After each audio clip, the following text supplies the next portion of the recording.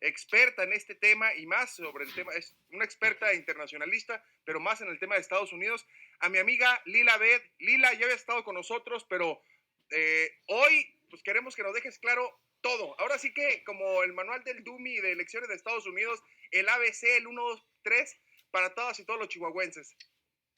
Hola Cris, ¿cómo estás? Muchas gracias por la invitación, feliz de estar con ustedes y pues sí, para tratar de hacer entender de una manera un poco más sencilla y fácil cómo funciona el sistema electoral en Estados Unidos, que bueno, que tú bien sabes es sumamente complejo, Cris, así que feliz de estar aquí contigo y con todo tu público. Gracias, Lila, te doy la más cordial bienvenida.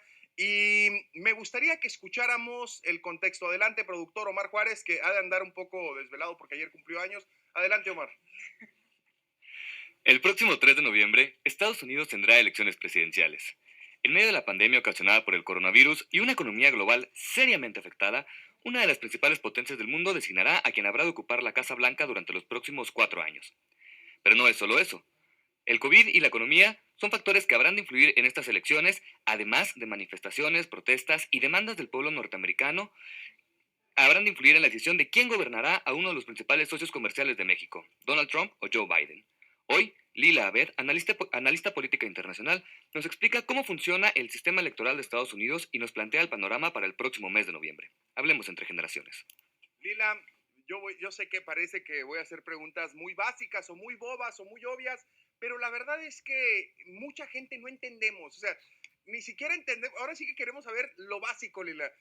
¿Por qué en Estados Unidos aparentemente solo hay dos partidos políticos, siendo un país con 500 millones de habitantes? Vaya, ¿por qué el más poblado de todo el continente americano? ¿Por qué dos partidos? ¿Cómo funciona? ¿Cómo selecciona a los candidatos? ¿Qué es esto de primarias, secundarias?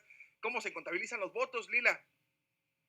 Pues mira, Cris, sí, primero que nada me gustaría empezar con el hecho de que se fundó Estados Unidos con la tradición del Reino Unido, que también tiene un sistema parlamentario que es distinto al presidencial en Estados Unidos, pero también tienen como base a dos partidos políticos dominantes y lo mismo vemos en la trayectoria de Estados Unidos después de que los padres fundadores en la Convención Constitucional de 1787 empiezan a marcar con estos papeles federalistas que son muy importantes y que verdaderamente hacen una lista de las reglas para el sistema electoral, de cómo elegir al presidente, a la Cámara de Representantes, al Senado y cómo funciona el hecho de que hay un colegio electoral, el voto popular, y ahorita hablamos un poco más a detalle sobre eso. Pero para empezar y así poner sobre la mesa, son dos partidos políticos, están el Partido Demócrata y el Partido Republicano.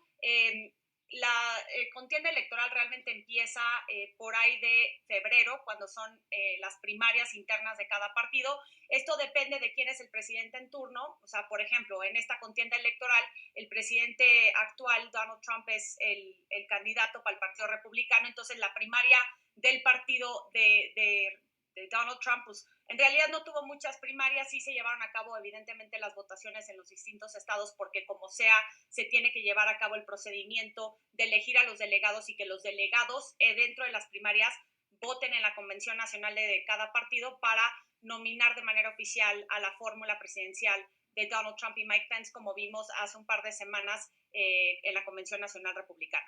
Por su parte, el Partido Demócrata, que en estos momentos se encuentra fuera del poder, pues sí tuvo que celebrar una primaria un poco más movida y con muchos candidatos. Como lo vimos, fueron más de 20 candidatos al inicio de las primarias del Partido Demócrata. Y inician las primarias en estos cuatro estados dentro del Partido Demócrata, que son los que empiezan a marcar el momentum, como empezaron en Iowa, luego en New Hampshire, luego Nevada y luego Carolina del Sur. Estos cuatro estados tradicionalmente arrancan las primarias en el Partido Demócrata y ahí es donde vas viendo qué candidato tiene fuerza y ahí se van saliendo candidato tras candidato dependiendo de cuántos votos vayan obteniendo y más importante aún cuántos delegados se les vayan otorgando en los primeros cuatro estados de las primarias. Entonces algo muy interesante ocurrió, Cris, en esta contienda electoral, porque si bien recordamos en el estado de Iowa fue todo un lío, porque hubo un mal conteo de los votos, se cayó el sistema tecnológico, se tardaron en dar los resultados del ganador del estado de Iowa, que de hecho muchos analistas están tomando la primaria en el estado de Iowa como un ejemplo de lo que puede ocurrir en la contienda electoral del 3 de noviembre, dado que aparte de que Donald Trump ya dijo que va a haber fraude de Estados Unidos, ajá. Se puede caer el sistema. No también se allá. puede caer el sistema. O sea, no es que se caiga el sistema como lo conocemos aquí en México, Cris. Ok. O sea, allá sí Como lo el de tienen Barlet. muy protegido. Sí, exactamente. No es así. O sea, las primarias, es que son muy diferentes las primarias que la elección presidencial. O sea, las primarias son, ya para no dejarlo muy claro, las primarias son la contienda interna de cada partido político para elegir a su candidato presidencial, y entonces ya el candidato presidencial elige a su fórmula y le da formalidad a esa fórmula en sus convenciones nacional demócratas. Fue muy interesante, y esto es lo que te quería compartir más que nada, es que Joe Biden en realidad no le fue bien en las primarias. Al principio, en los primeros 3 estados, de hecho quedó casi en tercero y cuarto lugar, y no fue hasta Carolina del Sur, que fue el último de los 4 primeros estados, en donde realmente repuntó, y entonces culminó en este supermartes que es el 3 de marzo, en donde se eligen, que se llevan a cabo 14 estados, hacen contiendas de la primaria. Entonces es una celebración enorme porque hay muchos delegados que se les puede otorgar a los candidatos, y es ahí donde Biden empieza a ganar. Se empiezan a salir todos los candidatos y nada más queda Bernie Sanders y Joe Biden a partir del supermartes del 3 de marzo. Luego vimos de Bernie Sanders en apoyo al candidato Biden. Entonces, en realidad se quedó ya como el presunto nominado Biden después de que la salida de Bernie Sanders, y ya entonces llegó a la Convención Nacional Demócrata para darle formalidad, en donde los delegados tienen que ir a votar para el candidato que ellos representan, y darle entonces formalidad a la fórmula presidencial. Ahora, las convenciones nacionales normalmente se esperan que sean sin controversia. ¿Por qué? Porque si llegan varios candidatos que no logran la cantidad de delegados necesarios para convertirse en candidato antes de llegar a la convención nacional, entonces ahí se puede hacer una convención nacional controversial o disputada, como se llama en Estados Unidos, y entonces ahí se arma todo un lío que no pasa mucho en Estados Unidos, pero suele ocurrir, en donde entonces llevan a cabo muchas rondas de votación, Cris, para elegir a la fórmula presidencial.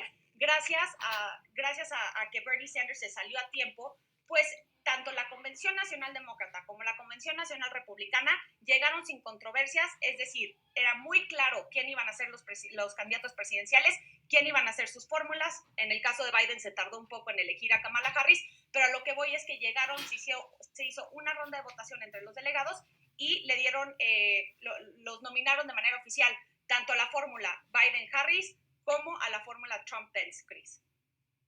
Yo quiero preguntar, ¿por qué se dice que puedes ganar el voto popular, pero no el de los delegados? Entonces, ¿cómo? Por ejemplo, aquí en México tenemos 32 entidades federativas, y de las 32 entidades, pues vivimos militantes, personas de militantes y simpatizantes de partidos políticos, pero nosotros con solo nuestra credencial de elector podemos ir a votar. En Estados Unidos debe de tener, de inicio pregunto, una credencial de elector solo para ir a votar, y si tu voto vale, o sea, es decir, tu voto directo vale como aquí en México. No, a ver, es que en Estados Unidos para la elección presidencial, ¿ok? Nada más para la presidencial, es un voto indirecto. A ver, el voto popular, tú como ciudadano vas y votas en las urnas, el día de la elección, y eso, el conteo del voto popular sí importa, porque mucha gente dice, bueno, no importa porque está el colegio electoral, que es el que marca el triunfo del candidato que se convierte entonces en el presidente. Empecemos con el voto popular. A ver, vamos a tomar un ejemplo para que ojalá se dé a entender un poco de una manera más sencilla. Vamos a decir que estamos en el estado de California. El estado de California tiene 55 electores representados en el colegio electoral, pero el voto popular determina quién gana el estado general de California. California es un bastión tradicional demócrata, entonces es muy probable, más bien es casi seguro, que Biden vaya a ganar el estado de California. Entonces, tú como ciudadano vas a las urnas, votas, Biden gana el voto popular y por ende se lleva la totalidad de los 55 electores al colegio electoral. ¿Qué es el colegio electoral? El colegio electoral es un proceso, no es un lugar. O sea, no es que exista un colegio electoral, es un proceso que los electores que representan a cada estado, que dependiendo qué candidato gana el voto popular, determina cuántos electores se lleva la cantidad de electores que se lleva de ese estado al colegio electoral. El colegio electoral está compuesto por 538 miembros o electores. ¿Cómo se conforma el colegio electoral, Cris? Se conforma porque son 435 miembros en la Cámara de Representantes, es decir, en la Cámara Baja de Estados Unidos, más 100 senadores en la Cámara Alta, ahí van 535, más 3 que se le dan al Distrito de Columbia para que te dé el total de 538 electores en el colegio electoral. ¿Ok? Entonces, para que un presidente logre el triunfo en el colegio electoral, necesita una mayoría de 270. O sea, necesita mínimamente conseguir 270 votos en el colegio electoral para convertirse en el presidente de Estados Unidos. ¿Por qué a veces no empata el voto popular con el colegio electoral? A ver, vamos a ser muy claros. Desde 1787 únicamente ha ocurrido 5 veces en la historia de Estados Unidos que no empata el voto popular con el voto del colegio electoral. Esto ocurrió 3 veces en el siglo XIX, en la elección presidencial del 2000, cuando Al Gore gana el voto popular, pero pierde el colegio electoral y por ende se hace Bush el presidente de Estados Unidos, y en la última contienda electoral que vimos en Estados Unidos en el 2016, cuando Clinton gana el voto popular por casi 3 millones de votos, pero pierde el colegio electoral y entonces Trump gana la Casa Blanca. Esto se da porque los padres fundadores tomaban en cuenta que no querían que las masas democráticas o que un candidato podría apelar a las emociones erráticas de la población. Entonces querían tener un sistema electoral indirecto para proteger al sistema presidencial de aquellas emociones populistas que puedan influir en el voto del ciudadano, que irónicamente ahora tienen a Trump, que es un populista de primera, pero bueno, en esa época ese era el pensamiento de los padres fundadores. Entonces no es que no importe el voto popular, sí importa porque determina cuántos electores se lleva cada candidato dependiendo quién gana el voto popular de cada estado. Ahora, hay unos estados bisagra, que estos son los más importantes, Chris. Creo que tú ya los has escuchado. Por ejemplo, Michigan, Ohio, Wisconsin, Florida, ahora Arizona, porque están cambiando las tendencias electorales dentro del sistema electoral en Estados Unidos, en donde no necesariamente marcan una tendencia como bastión tradicional que favorecen a un partido u otro. Como te mencionaba, California normalmente es un bastión tradicional del Partido Demócrata, como Texas es un bastión tradicional del Partido Republicano. Pero hay ciertos estados, como los que te acabo de mencionar, que deciden por quién van a votar dependiendo del candidato y dependiendo de las ideas y de la plataforma política que presenten en ese ciclo electoral. Y por eso se tienen que enfocar los candidatos en hacer una campaña muy fuerte en estos estados, porque al final necesitan esos votos en el colegio electoral para alcanzar los 270 de los 538 electores en el colegio electoral. Y por eso ahorita vemos, Chris, que tanto Trump como Biden se encuentran viajando a Minnesota, a Wisconsin, a Michigan, a Florida, porque necesitan asegurar esos estados para llegar a los 270 votos en el colegio electoral. Excelente, Lila, vamos a corte, pero para la gente que nos está escuchando, estamos hablando con Lila Abed, ella es internacionalista y nos está platicando, ahora sí que el ABC y el 1, 2, 3, el manual del Dummy del proceso electoral de Estados Unidos, y te agradezco mucho, Lila, esto es una masterclass, prendan el radio, 102.5 FM, pongan redes sociales y 173 de Total Play, estamos entre generaciones, continuamos.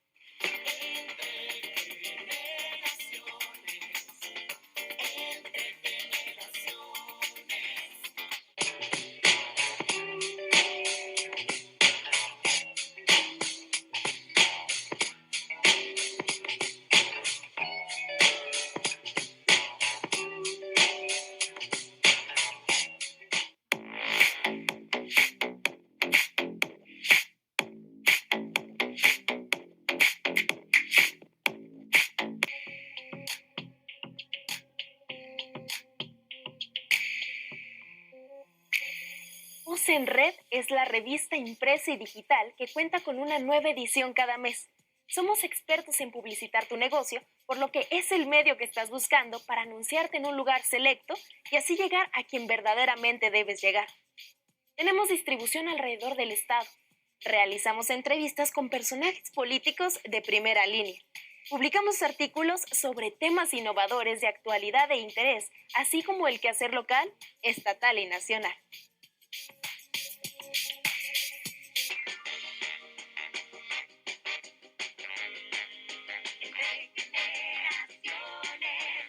Regresamos, continuamos Entre Generaciones. Estamos platicando con Lila Beth, que nos está platicando todo en torno al proceso político electoral de Estados Unidos. ¿Cuál es la diferencia entre México y Estados Unidos? Pero Lila, hay algo que me mata, que me encanta. Una vez lo escuché contigo, con Ruiz Gil, cuando lo explicaste y lo explicas de una manera, lo desmenuzas tan sencillo que haces que algo realmente sencillo que luego los políticos lo hacemos complejo, otra vez lo aterrizamos, pero tú lo haces muy bien. ¿Por qué en Estados Unidos pareciera que solo hay, o realmente solo hay dos partidos políticos? Vemos que aquí en México, México Libre no consiguió un registro, luego el Partido Encuentro Social, que ahora es solidario y ya no sé qué onda, y pareciera que aquí en México es negocio, o pareciera negocio en algunas entidades, que cada quien tenga su propio partido político. Vaya, hay partidos políticos locales, hay partidos políticos nacionales, pero en Estados Unidos vemos, ahora sí que desde los padres fundadores de Estados Unidos, vemos que siempre ha habido dos fuerzas políticas y solo vemos a los republicanos y a los demócratas. Incluso a uno los vemos como con un elefante y a otro los vemos con un burro. Ni siquiera sabemos por qué es eso. Lila, platícanos si en Estados Unidos hay más partidos políticos y por qué de manera sencilla, ¿qué paralelismo hay con México que vemos 8, 9, 10 partidos políticos sin importar los locales? Sí, a ver, o sea, sí son dos partidos políticos dominantes. Esto indica y forza a los partidos a adoptar plataformas políticas un poco estrechas en cuanto a su ideología y lo que presentan en sus distintas plataformas políticas, porque necesitan aglutinar los intereses de una gama muy amplia de los estadounidenses, dado que solo hay dos opciones en la boleta cada contienda electoral. Claro que hay candidatos independientes, Cris, de partidos terceros, pero no logran obtener un porcentaje lo suficientemente alto para realmente posicionarse en una boleta presidencial. Ya, por ejemplo, en las gobernaturas y para candidaturas estatales, a veces sí puede que gane un independiente. De hecho, Bernie Sanders es un senador apoyado por los demócratas, pero es un senador independiente por parte que representa al estado de Vermont. Pero también hay un gobernador independiente en Alaska, o lo hubo en el 2004. Entonces, sí hay candidatos que obtienen, como lo vemos en México, en Nuevo León, que obtienen ciertos puestos importantes dentro de la política estadounidense, pero ya para una contienda electoral presidencial es sumamente difícil que un partido político ajeno a los dos dominantes o un candidato independiente le pueda hacer, pues, realmente una contienda a los partidos dominantes en Estados Unidos. Esto, claro que le da mucha estabilidad al sistema estadounidense, aunque en épocas recientes hemos visto cómo la polarización política ha frenado los mecanismos de cooperación, de consenso y de negociación entre los distintos partidos a tal grado como lo vemos aquí en México, Cris, en otras épocas en donde hay un parálisis tremendo en el poder legislativo y pocas cosas pueden aprobarse por esta polarización política, que es lo que yo creo que es una de las grandes deficiencias que está viviendo no nada más Estados Unidos, sino muchos países alrededor del mundo. Entonces, sí son dos partidos políticos, pero sí hay, ¿no? Estos candidatos independientes y las figuras que sí también existen dentro del sistema electoral, pero ya para una contienda electoral, Cris, en realidad no tienen mucha importancia. Creo que en 12 años, desde el 2004, han obtenido el 5% en su totalidad los candidatos ajenos a los dos partidos dominantes en Estados Unidos. Entonces, esto le da una cierta estabilidad, como te digo, pero de nuevo, yo creo que una de las carencias de tener a dos partidos políticos es que necesitan abrir la plataforma política, la dejan muy abierta y tienen que, como te digo, representar muchas ideologías en una sola plataforma política. Y por otro lado, pues ahorita con la polarización política sí hace que la gobernabilidad sea muy difícil en Estados Unidos. Si yo fuera estadounidense y quisiera decidir por quién me voy entre republicanos o demócratas, de manera sencilla, ¿cómo podemos identificar la empatía que pueda tener yo como ciudadano según mi ideología con un partido o con otro partido? Es decir, si bien es cierto, al ser dos fuerzas políticas, bueno, pues tienen que ampliar su plataforma ideológica, vaya, de todo, propuesta, todo lo tienen que ampliar para lograr aglutinar al mayor número de ciudadanos. Pero ¿cómo poder identificarse con uno o con otro? Es más, yo estoy acá en México y digo, pues yo me siento más demócrata, yo me siento más republicano. ¿Cómo poder identificarse con uno o con otro?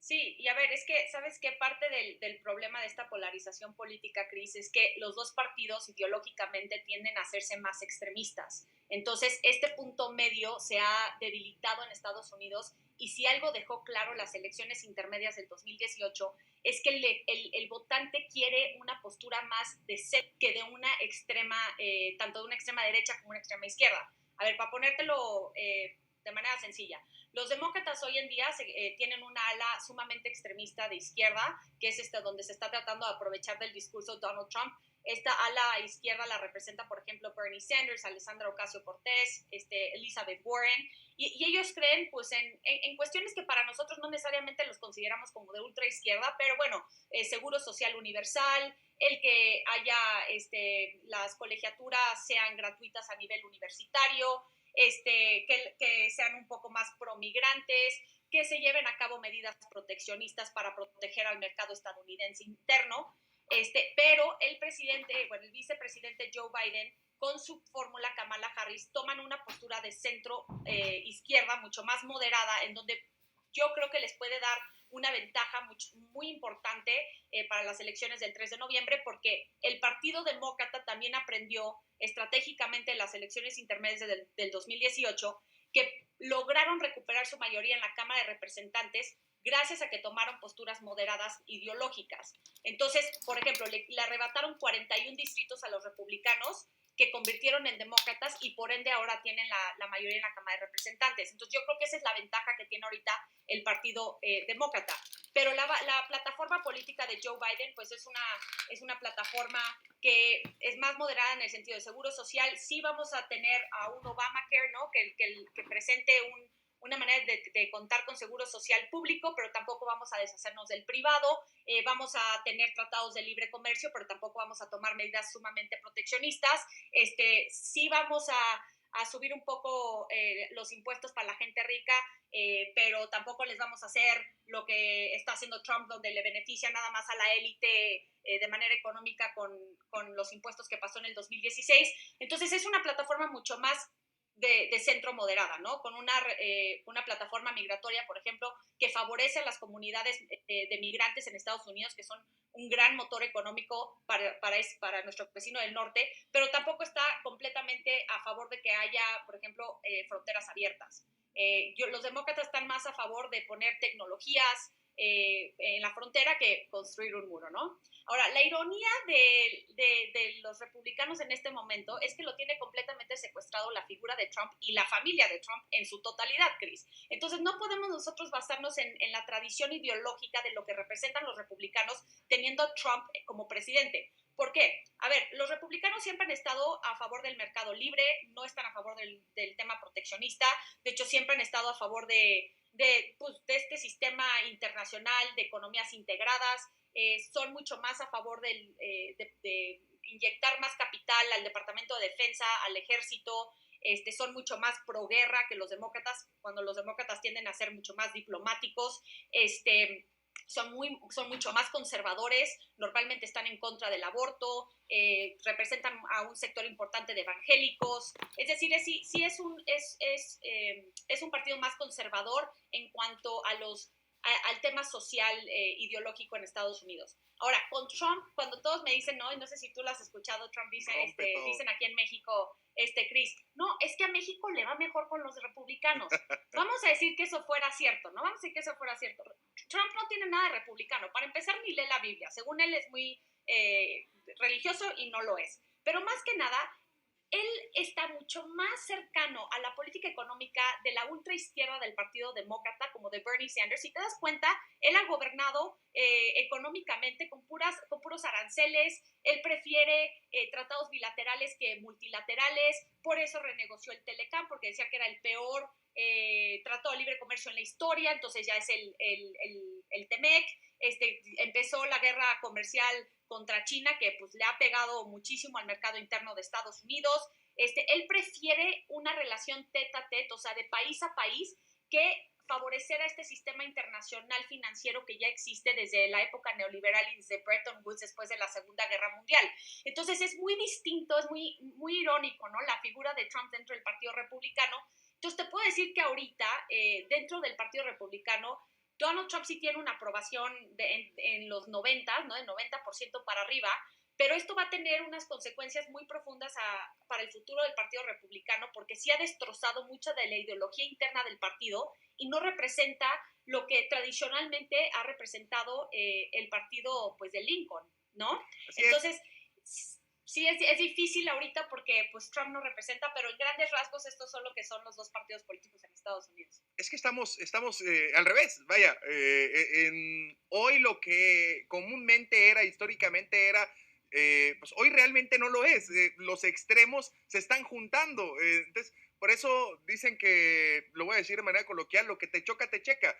Seguramente en el libro pues, te choca este tipo de cosas, pero en la práctica te termina checando como anillo al dedo. Entonces, yo también quería preguntarte, Lila, aquí en México hay un gran debate siempre en cuestión del financiamiento hacia los partidos políticos. Y siempre todo el mundo decimos es que es un negocio, quiten el financiamiento y todo aquello. Pero luego también cuando entramos en ese debate, otra gente te pregunta y te dice, es que ¿de dónde van a financiar?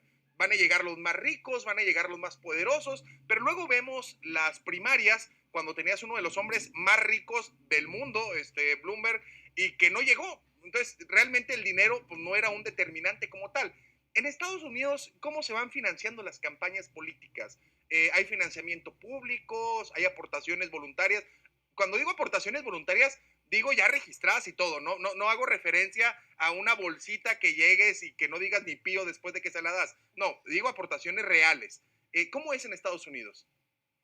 Sí, mira, yo creo que aquí en México, bueno, tú lo sabes porque has estado en eso también, Cris, hay topes de gastos de campaña, ¿no? O sea, no te puedes pasar delito electoral, no te puedes pasar de cierto límite que te pone la ley de cuánto te puedes gastar dependiendo de qué candidatura representas y demás. En Estados Unidos de hecho, el tema de recaudación de fondos es uno de los pilares del sistema electoral en Estados Unidos, es un proceso transparente en donde en realidad se ha aumentado la cantidad de dinero que se ha gastado en las últimas elecciones electorales. Por ejemplo, si te doy un dato, digo, es una locura. En la elección del 2018, cuando Obama iba contra McCain, Obama se gastó 733 millones de dólares y McCain un poco más de 300 millones. Hasta el día de hoy, por ejemplo, nada más para que te des una idea, desde que entró a la Casa Blanca Donald Trump, se registró como candidato para su reelección, justamente para empezar a recaudar fondos para esta contienda electoral. De hecho, ya lleva más de $1,000 millones de dólares que tiene recaudados, pero hay que tomar en cuenta que ya se gastó 800 millones, entonces ahorita se encuentra en un problema porque pues todavía faltan 2 meses para el 3 de noviembre, entonces esta recaudación de fondos pues va a ser importante para la plataforma republicana. Por parte de los demócratas, Joe Biden empezó, como te dije, sin realmente tener mucho apoyo dentro del Partido Demócrata. Te digo, en los primeros 3 estados ni siquiera figuraba, pero desde que se convierte en candidato, ya lleva una recaudación de fondos importantes, pero más allá de donantes tradicionales de estos CEOs de Wall Street y demás, se ha enfocado mucho también en donaciones pequeñas en línea, que ha sido sumamente importante para fortalecer los fondos que tiene su campaña.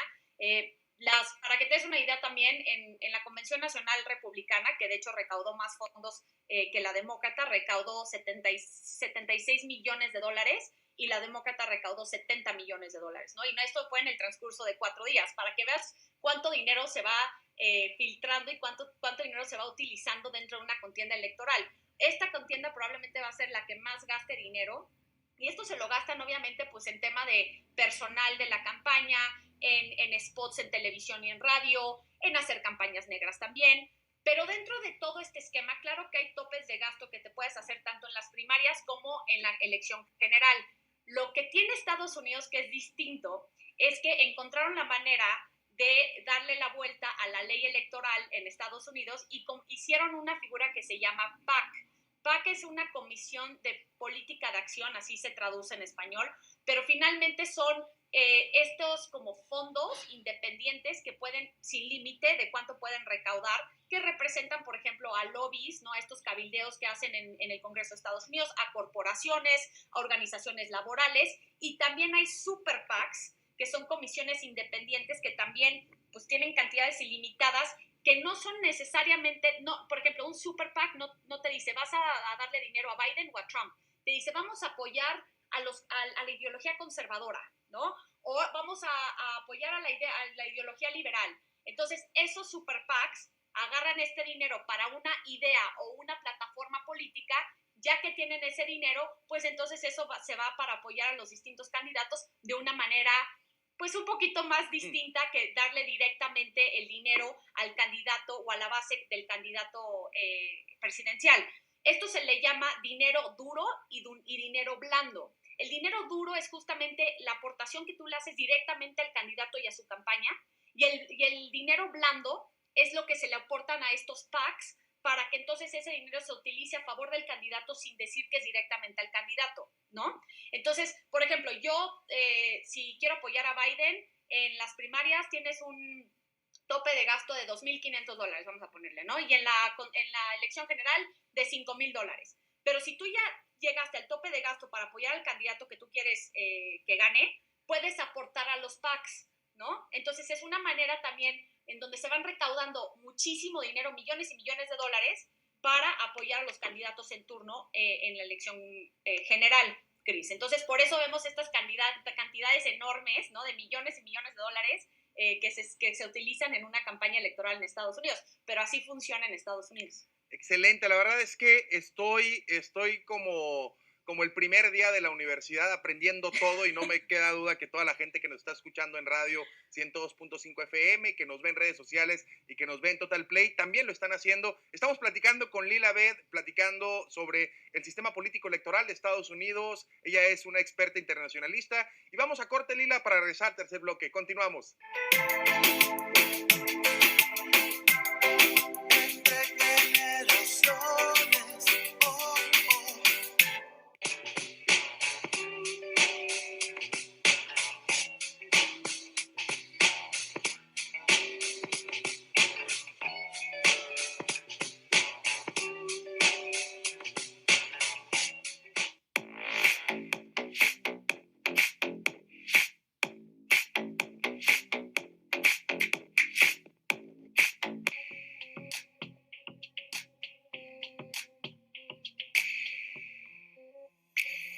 Voz en Red es la revista impresa y digital que cuenta con una nueva edición cada mes. Somos expertos en publicitar tu negocio, por lo que es el medio que estás buscando para anunciarte en un lugar selecto y así llegar a quien verdaderamente debes llegar. Tenemos distribución alrededor del estado. Realizamos entrevistas con personajes políticos de primera línea. Publicamos artículos sobre temas innovadores de actualidad e interés, así como el quehacer local, estatal y nacional.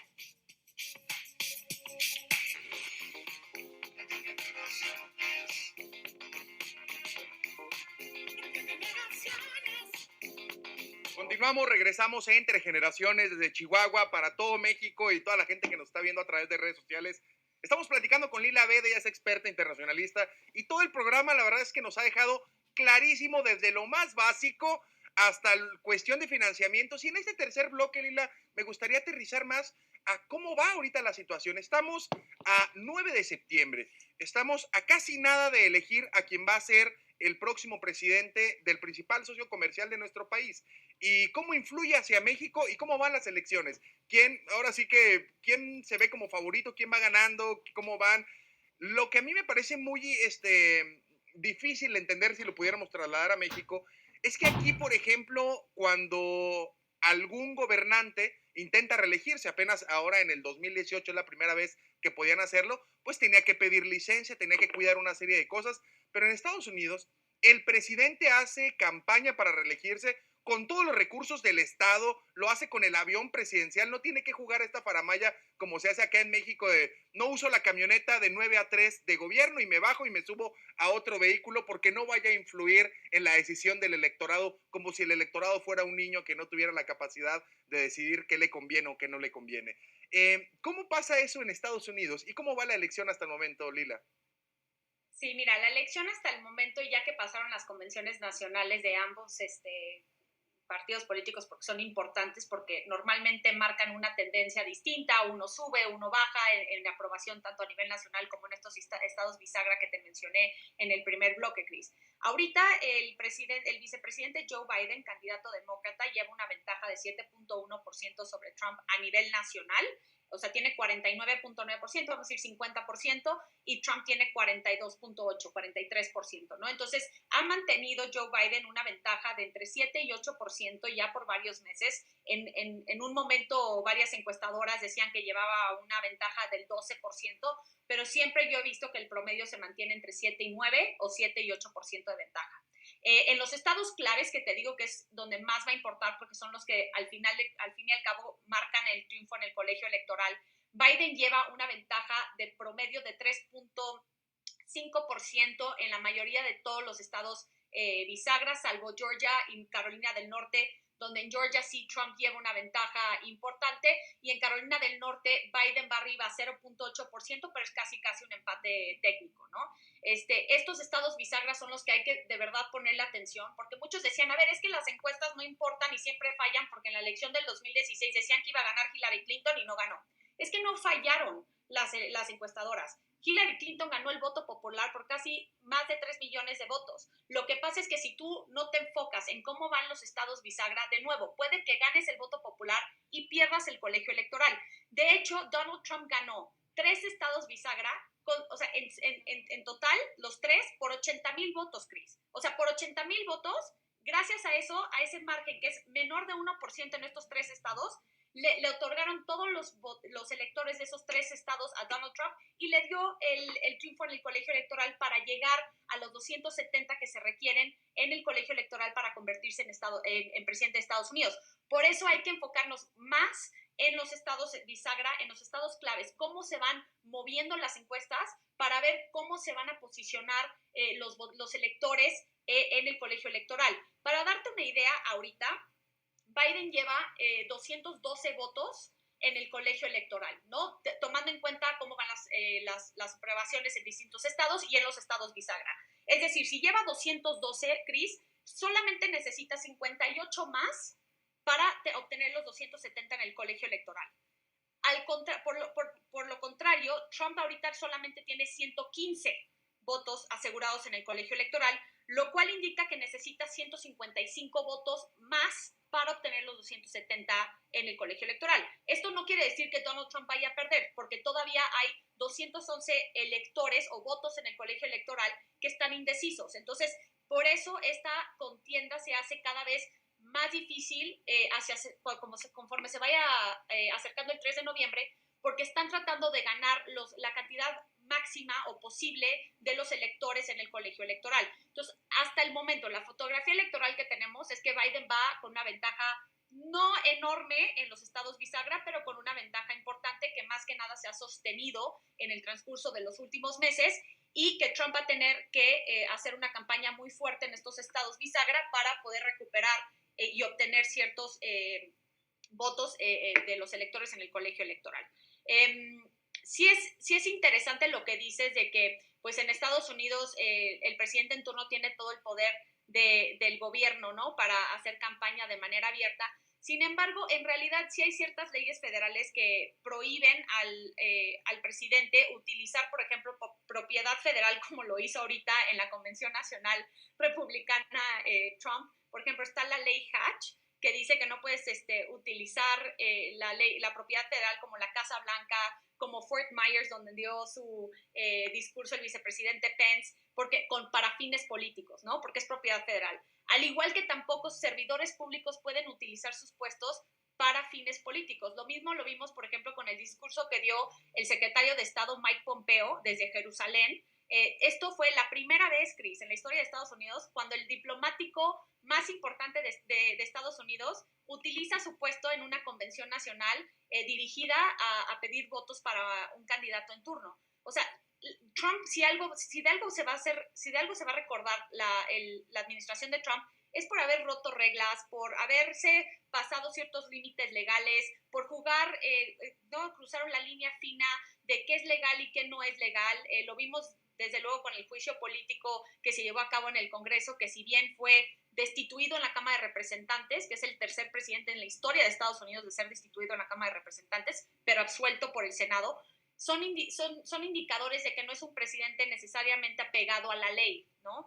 Entonces, claro que sí puede utilizar la fuerza del puesto y de la oficina oval, pero más allá de eso sí hay ciertas limitaciones que marca la ley, ya si las respeta o no, pues eso vemos que a Donald Trump no le importa mucho, pero sí va a ser una contienda muy reñida, o sea, sí va a ser una contienda muy reñida, y lo que me preocupa a mí, Chris, es que, como ya tú bien sabes, el presidente Trump ya lanzó la amenaza, ¿no?, de que puede haber fraude electoral en Estados Unidos, y esto sí puede hacer que la transición pacífica del poder, que es una de los bastiones tradicionales del sistema electoral en Estados Unidos, se ponga en riesgo. Porque aparte el hecho debido a la pandemia, se espera que 80 millones de personas vayan a votar y emitir su voto por correo. Y esto evidentemente va a causar ciertos retrasos con el servicio postal en Estados Unidos. Entonces es posible que por primera vez no se vaya a anunciar el ganador presidencial la misma noche del 3 de noviembre como siempre se hace, porque las boletas se van a tardar en contar y demás, Chris. Entonces yo creo que esto es el riesgo. Yo creo que el punto del 4 de noviembre, o sea, el día después de las elecciones, hasta el día de la inauguración presidencial, que es el 20 de enero del 2021, me parece que esa es la época más riesgosa dentro del proceso electoral de este año, Chris. Todo el apagón de la Casa Blanca, los escándalos, el impeachment, vaya, todo esto que luego se torna como si fuera solo ruido, realmente sí le está afectando a Trump porque desde la lejanía existe voces encontradas. Y escuchamos la típica del opinólogo de café que te dice, es que a México le conviene que gane Trump y no le está haciendo absolutamente nada lo que está pasando. Es que Trump le está llegando a su voto duro con este tipo de cosas y le hace lo que el viento a Juárez. La verdad es que sí le está afectando esto a Donald Trump en Estados Unidos. Sí, Chris, yo creo que lo que le está afectando más que nada es un mal actuar ante la pandemia. El 60% de los estadounidenses rechazan cómo ha enfrentado el COVID en Estados Unidos. Es el primer país con más casos registrados, con más muertes a nivel mundial, y estamos hablando de una primer potencia que debiera, pues, en teoría, poder enfrentar esto de una mejor manera que en otros países, ¿no? Y esto sí le ha costado mucho un desplome en su aprobación a Donald Trump. No nada más esto, su mal actuar ante la pandemia, acompañado de su mal actuar ante la economía, que presionó a muchos estados a abrir antes de tiempo por la pandemia, la caída de empleos en Estados Unidos, pero aparte su mal actuar ante las protestas de Black Lives Matter cuando muere George Floyd en manos de Derek Chauvin, este policía blanco que literalmente lo asesinó con un uso exceso de la fuerza, y el hecho de que Donald Trump tenía la oportunidad de unir al país y decidió utilizar esto para polarizar y dividir más, ahora posicionándose como el presidente de la ley y la orden, que no es nada nuevo, esto lo utilizó Nixon en su momento, ¿no? Pero está tratando de resucitar, inculcar mucho miedo para como utilizarlo como un motor de decir, si llegan los demócratas, primero va a llegar el socialismo a Estados Unidos, ¿no? Va a ser los izquierdistas radicales, lo cual no es cierto. Y por otro lado dice, bueno, si llegan los demócratas, va a haber violencia y caos. Entonces está tratando de utilizar el miedo a su favor.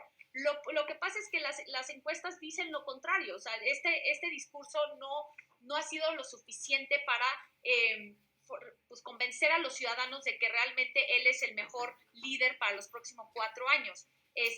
Sí es cierto que su base electoral es 100% fiel a su figura y no se va a mover.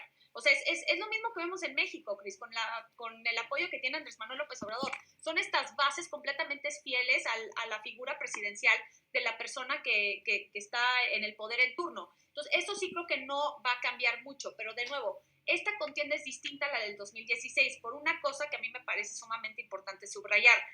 Donald Trump en el 2016 se posicionó como este empresario neoyorquino fuera de la estructura tradicional de Estados Unidos, que iba a llegar a Washington a limpiar la política corrupta de Washington y que iba a hacer las cosas y gobernar de una manera completamente distinta. Y esto pegó y pegó muy fuerte, a tal grado que, bueno, ganó la elección. Pero ahora ya fue presidente 3 años y medio. Ahora se le tiene que juzgar por lo que ha hecho y por lo que no ha hecho. Ya este experimento de que es una figura fuera de la estructura tradicional ya se agotó. Y ahora sí tienes con qué juzgar y con qué decidir si es el mejor o no posicionado para seguir en la Casa Blanca 4 años más. Y todo indica hasta el momento, Chris, que no es así. Ahora, todavía tú y yo bien sabemos que en la política todo puede pasar y faltan 60 días para la elección. Pero sí creo que esta estrategia electoral de decir voy a utilizar el miedo, la división, el racismo, la polarización y todavía decir que va a haber fraude electoral cuando los estudios y la experiencia propia de muchos estados que han utilizado el voto por correo durante años hay una mínima posibilidad de que haya fraude electoral. Literal es 0.00008% de que vaya a haber fraude electoral. Entonces es imposible, vamos, que haya fraude electoral. Lo que sí puede haber son ciertos retrasos del conteo de las boletas si se emite por correo, pero fraude electoral es casi imposible que se lleve a cabo en Estados Unidos, Chris. Lila, quiero preguntarte, nos hemos enfocado casi todo el programa a hablar de Trump. Y mucha gente dice, es que Biden va a ganar si se queda, lo decías y lo mencionabas en un programa pasado junto con Fer Caso, y decíamos, es que si Biden no hace prácticamente mucho, quien termina perdiendo es Trump y no ganando Biden. Es decir, ¿y cuáles son las cualidades que pueda presentar Biden? Es que yo no coincido con esa lectura. Yo sí creo que al principio, cuando inició la pandemia, sí, claro que Biden tomó una postura en donde se quedó un poco más, no, un poco más atrás y no estuvo tan activo en la campaña, pero yo creo que no le va a dar, Chris. Si él se queda callado y la única postura que tiene es ser contrincante y ser opositor de la plataforma política de Trump, no va a ganar, y eso no es lo que ha hecho. La verdad, ahorita vemos a un candidato demócrata muy activo, te digo, ya empezó a viajar a ciertos estados claves donde necesita una presencia fuerte, pero más allá de eso ha utilizado de manera muy estratégica y muy importante las redes sociales, ha llevado a cabo eventos de recaudación de fondos por internet, ha tenido muchísimos eventos, te lo digo porque yo he estado presente en varios de ellos, y ha sido una campaña muy movida, pero déjate tú eso, es una campaña que realmente te presenta una plataforma política distinta y una manera distinta de gobernar y de pensar lo que es Estados Unidos. Biden es una persona que es completamente opuesto a lo que es Trump. Biden es un hombre sencillo, es un hombre de trabajo, es un hombre que ha vivido y sufrido unas pérdidas personales, Chris, tremendas. Perdió a su hija y a su esposa en un accidente de coche, luego perdió a su hijo mayor, Beau Biden, cuando tenía 46 años por cáncer cerebral. Él mismo tuvo que tener una cirugía cerebral en su momento, Biden. Es un hombre que realmente sabe el dolor humano, que lo conoce, que sabe conectar con las personas, es empático, es una persona con experiencia, fue senador de Delaware 36 años, vicepresidente de Obama 8 años, es una persona con convicciones, con principios, y yo creo que eso es lo que él presenta, ¿no? Muy al contrario de Donald Trump, que es una persona que pues la verdad lo único que le importa es sí mismo, y eso lo ha demostrado, pero no es una opinión, eso lo ha demostrado una y otra vez, en donde ni siquiera sabe llegar a negociaciones con sus contrincantes, todo el tiempo quiere gobernar con amenazas y por medio de medidas de mano dura. Digo, lo hemos vivido nosotros como mexicanos teniéndolo a él como presidente, Chris, y aquí si quieren nos podemos meter un poco a lo que significaría si llega un Biden a la Casa Blanca para México y si permanece Trump 4 años más, pero empezando con Trump, y justamente para darte unos ejemplos de cómo nada más le importa a sí mismo y su aprobación, pues la manera que ha mantenido la relación con México ha sido por medio de amenazas y medidas de mano dura. Primero nos amenazó con ponerle aranceles a todas las importaciones mexicanas si no frenamos el flujo migratorio en nuestra frontera norte. Esto causó que Andrés Manuel haya hecho un despliegue de la Guardia Nacional para proteger los intereses de Estados Unidos, ¿ok? Aparte, causó el permanece en México, lo cual ahora tenemos a más de 60,000 migrantes en territorio nacional, pues, que ha causado seriamente una crisis humanitaria, porque pues esta gente se va a quedar alrededor de 2 años en México promedio para esperar sus audiencias en cortes estadounidenses cuando hacen sus peticiones de asilo. Esto se va a tardar años y pues el que va a tener que asumir la responsabilidad de los migrantes pues va a ser el gobierno mexicano. Pues también enjaular a los migrantes, en el proceso de separación de familias, dejó a más de 3,000 niños en proceso de adopción, está tratando de eliminar DACA, que es esta orden ejecutiva que hizo Obama en el 2009 para proteger a los ciudadanos migrantes que llegaron a una muy corta edad en Estados Unidos, de los cuales hay más de 600,000 mexicanos que están protegidos bajo esa orden ejecutiva. Y bueno, y pues digo, la verdad es que a mí me parece, y tú bien sabes lo que esto sí es una opinión personal, no es un hecho, la visita de Andrés Manuel López Obrador a la Casa Blanca en julio me pareció que fue una táctica electoral por parte del presidente Donald Trump, la cual yo creo que sí le puede causar ciertos roces si es que llega Biden a la Casa Blanca el 3 de noviembre, bueno, el próximo año, ¿no? Entonces sí creo que eso le va a causar unos problemas, pero a lo que voy es que Donald Trump no hace nada, Chris, que no le pueda a él beneficiar personalmente. O sea, aquel que crea que Donald Trump es un contrapeso para Andrés Manuel está equivocado. A Trump no le importa nada de México. Si te das cuenta, lo único que se ha metido es el tema comercial, en la renegociación del Telecán y el TEMEC, y en el tema migratorio. ¿Por qué? Porque eso le da gusto a su base electoral y le sube su aprobación. Pero a Donald Trump le vale si en México hay más asesinatos, si hay más violencia, si hay más feminicidios, si hay violaciones de derechos laborales. ¿Me explico? O sea, violaciones a derechos humanos. Cuestiones así no le importan. Muy al contrario, si llegan los demócratas, si llega Biden, no por una cuestión de rencor ni de venganza, Cris, pero sí por una cuestión, porque son las prioridades que refleja la agenda política de los demócratas, se van a meter en temas que sí pueden poner en jaque a 4T, porque no han podido responder de manera eficiente a estos señalamientos que les pueden llegar los demócratas. Entonces yo haría una distinción aquí ya para terminar.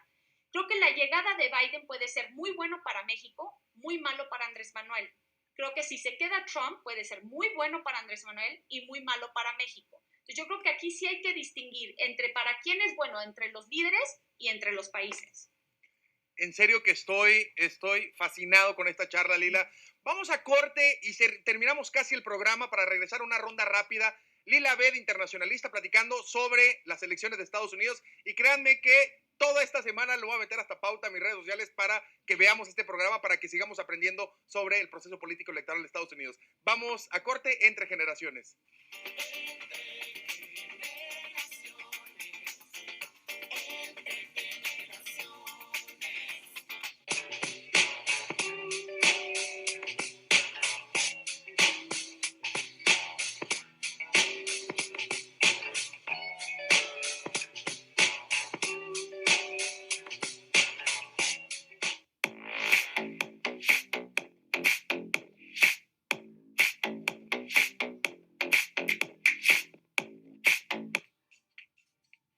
Síguenos en nuestra cuenta de Instagram, @AntenaFMTV.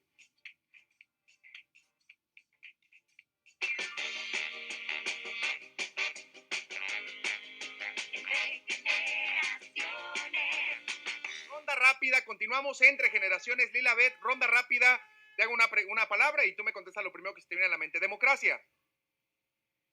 Híjole, libertad. Manifestaciones. Derecho fundamental. Donald Trump. Racismo. Estados Unidos. Nuestro vecino del norte. Elecciones. Necesarias, pero no suficientes para mantener la democracia. Joe Biden. Empático. Migrantes.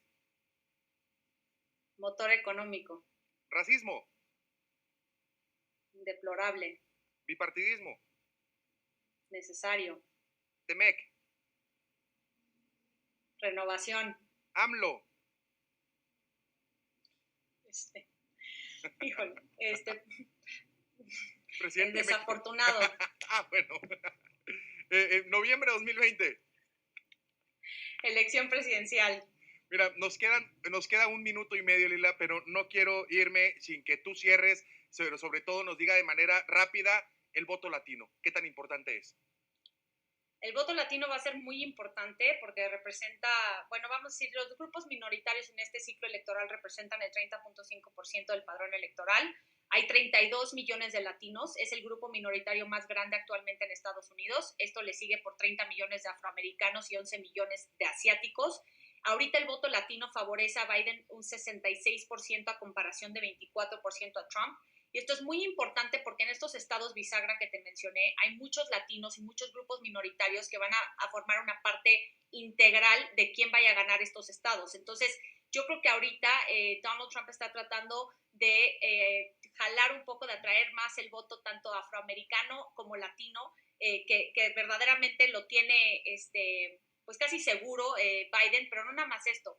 Eligiendo a Kamala Harris como su fórmula fue una estrategia que yo creo que le va a rendir frutos, porque Kamala tiene una aprobación con las mujeres, con la comunidad afroamericana, y aparte tiene una alta aprobación con los grupos latinos. De hecho, hicieron una encuesta, Cris, recientemente en los estados clave, en donde el 59% de los latinos dijeron que se sienten ahora más entusiasmados que antes para votar por Biden, gracias a que Kamala Harris se sumó como su fórmula. Entonces va a ser súper importante y creo que este grupo minoritario y los 32 millones de latinos van a ser muy importantes en la contienda electoral. Nada más me gustaría decir que sí, los latinos en Estados Unidos representan una gama de intereses, o sea, tenemos que diferenciar entre los mexicanos estadounidenses con los cubanos venezolanos que por ejemplo se encuentran en Florida, que tienden a favorecer un poco más a Trump y a sus medidas en contra de Venezuela. Entonces yo creo que esto sí va a ser importante, pero definitivamente el voto latino va a ser clave en estas elecciones. Muchísimas gracias, se fue una hora, se fue volando, Lila.